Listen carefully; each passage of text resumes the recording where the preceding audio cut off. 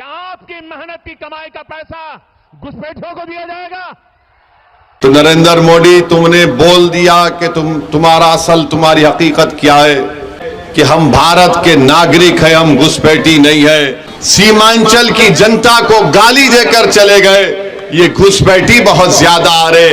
अरे मोदी जी, क्या border security force Akhtarul ईमान के इशारे पर काम करती है? क्या एसएसबी अख्तरुल ईमान के इशारे पर काम करती है? आप सिर्फ इस इलाके को बदनाम कर रहे हैं इसलिए कि यहां पर अल्पसंख्यक समाज के मुसलमान ज्यादा रहते हैं। तो अख्तरुल ईमान भारत की लोकसभा में मेरे बाजू बैठेगा, मेरे बाजू अख्तरुल ईमान बैठेंगे, और जब मेरे बाजू बैठेंगे तो पूरे कैमरा दूल्हे को देखते हैं, अख्तरुल ईमान को भी देखेंगे। ये इलेक्शन आप याद रखिए, बड़ा तारीखी पार्लिमानी इलेक्शन होने जा रहा है। तो 26 तारीख को सीमांचल की जनता को इस बात को याद रखना पड़ेगा, चाहे जेडीयू हो, राजद हो, कांग्रेस हो, बीजेपी हो। आप जानते हैं कि सीमांचल के नाम को अगर किसी ने अपनी जबान से अदा किया तो मजलिस इत्तेहादुल मुस्लिमीन ने अदा किया। ये तमाम दूसरी सियासी पार्टियां सीमांचल का नाम लेने से डरती थी, कतराती थी, उनको पेट में दर्द होता था। मजलिस ने जब से सीमांचल की इंसाफ की लड़ाई का आगाज किया, आज आप देखते हैं कि 9 साल के अरसे में नरेंद्र मोदी की जबान पर भी पूर्णिया में सीमांचल आ गया। ये मजलिस इत्तेहादुल मुस्लिमीन की कामयाबी है कि मोदी को भी इकरार करना पड़ा कि सीमांचल नाम का एक इलाका है जो भारत का सबसे पसमानदा इलाका है। 26 तारीख के दिन जब आप वोट डालने जाएंगे तो आपको इस बात का ख्याल रखना पड़ेगा कि क्या मैं उस पार्टी का साथ दूंगा जिसने हमारी बेटी और बहन बिल्किस बानो की अस्मत रेजी करने वालों का उनको रिमिशन दिया, उनको जेल से रिहा करवा दिया। आज आपके सामने जेडीयू है, मगर याद रखिए ये जेडीयू नहीं, ये बीजेपी है। जब 26 तारीख को आप वोट डालने जाएंगे तो बिल्किस बानो की उस तकलीफ को याद रखिए कि हमारी एक बहन बेटी हामिला थी, 2002 में उसकी अस्मत रेजी की गई, उसकी एक 3 साल की बेटी को उसके सामने कत्ल कर दिया गया।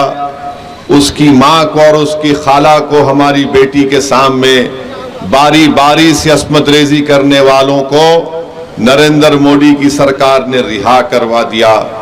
तो 26 तारीख को एक तारीख रकम करना है कि क्या हम उस पार्टी का साथ देंगे जो हमारी मां और बहनों की इज्जत नहीं करते। तीसरी बात आपको याद रखना है कि CAA का कानून जो नरेंद्र मोदी की सरकार ने बनाया, और उस पार्लियामेंट में अगर किसी ने CAA कानून के खिलाफ पूरी आईन और संविधान के सामने रखकर बोला तो उस पार्टी का नाम मजलिस इत्तेहादुल मुस्लिमीन है। मैंने अभी पिछले पार्लियामेंट के सेशन में भी ये बात को कहा था, जो आखिरी पार्लियामेंट के सेशन में हमारा पार्लियामेंट का ऐवान में वैसे सेशन हुआ, मैंने उसमें कहा था कि तुम सीमांचल की जनता को घुसपैठी कहते हो, इसीलिए तुम CAA NPR NRC कराना चाहते हो। नरेंद्र मोदी पूर्णिया में आए और नरेंद्र मोदी ने कह दिया कि इस इलाके में घुसपैठी घुस रहे हैं।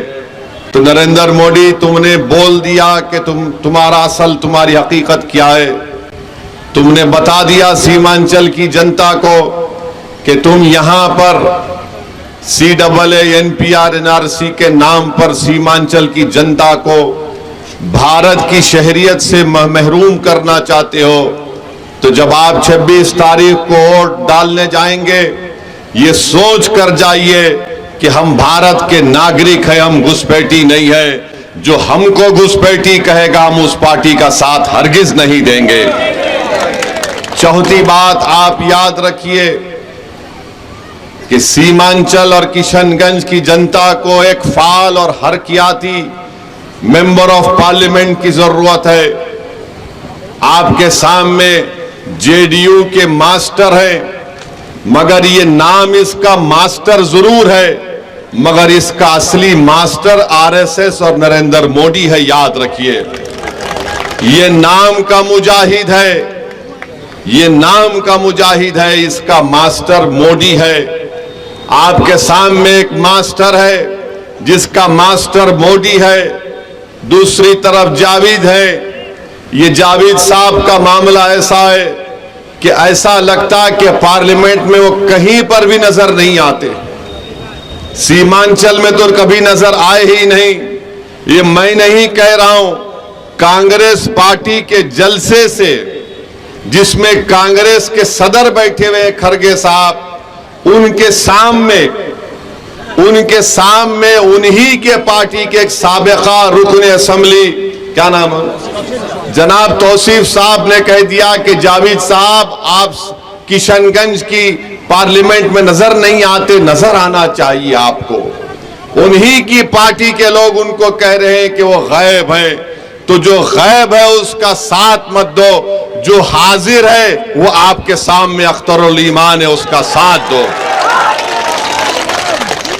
अगर आप कांग्रेस का साथ देंगे 26 तारीख को, तो फिर याद रखिए हमेशा गायब रहेंगे।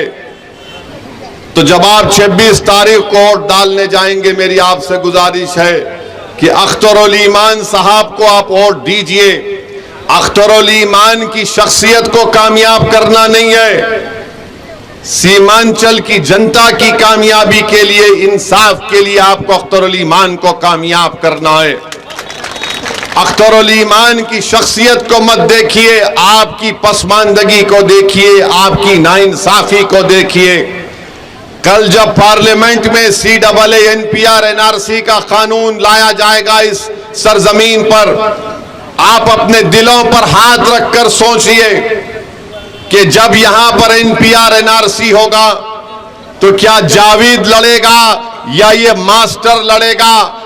जावेद को उसकी पार्टी कहेगी खबरदार तुम हिलना नहीं, तुम गायब हो जाओ। मास्टर से कहेंगे कि तू मास्टर नाम का है, तेरा मालिक मोदी है, तू जबान नहीं खोलना। कौन उस वक्त दौड़ते हुए आपकी तकलीफ को और आपकी मुसीबत में आएगा? उसका नाम अख्तरुल ईमान होगा। इस बात को याद रखिए आप। और फिर मैं आपको बताना चाहूंगा, अख्तरुल ईमान को किशनगंज की जनता अपना MP बनाकर कामयाब करेगी तो अख्तरुल ईमान भारत की लोकसभा में मेरे बाजू बैठेगा, मेरे बाजू अख्तरुल ईमान बैठेंगे। और जब मेरे बाजू बैठेंगे तो पूरे कैमरा दूल्हे को देखते हैं, अख्तरुल ईमान को भी देखेंगे। जावेद को आपने बिठाया मगर जावेद कहीं नजर नहीं आते हैं, ये खुद उनकी पार्टी कह रही है, हम नहीं कह रहे। तो जो नहीं दिखता उसको वोट नहीं देते, जो दिखता है उसी को वोट देते हैं, और जो बिकता है उसको वोट नहीं देते। एक तरफ बिक चुका है, एक दिखता नहीं है, एक ना बिकता है और दिखता है, उसका नाम अख्तरुल ईमान है। तो इसीलिए हम आपसे अपील करने आए हैं कि 26 तारीख के दिन आपको एक तारीख बनाना है। लोग समझ रहे कि MIM पार्टी को हम रोक लेंगे, आप नहीं रोक पाएंगे MIM पार्टी को। आप बताइए, अब आप बताइए कि मोदी भारत के प्रधानमंत्री हैं, सीमांचल की जनता को गाली देकर चले गए, ये घुसपैठी बहुत ज्यादा आ रहे। अरे मोदी जी, क्या बॉर्डर सिक्योरिटी फोर्स अख्तरुल ईमान के इशारे पर काम करती है? क्या SSB अख्तरुल ईमान के इशारे पर काम करती है? आप सिर्फ इस इलाके को बदनाम कर रहे हैं इसलिए कि यहां पर अल्पसंख्यक समाज के मुसलमान ज्यादा रहते हैं। अरे मोदी, तुम कह देते कि यहां पर सीमांचल भारत का सबसे गरीब इलाका है, यहां पर हजारों लाखों एकड़ जमीन कटती है, यहां पर नदी का पानी आ जाता है, मगर मोदी को फिक्र सिर्फ घुसपैठियों से है। और मोदी की नजर में घुसपैठी कौन है? अख्तरुल ईमान है।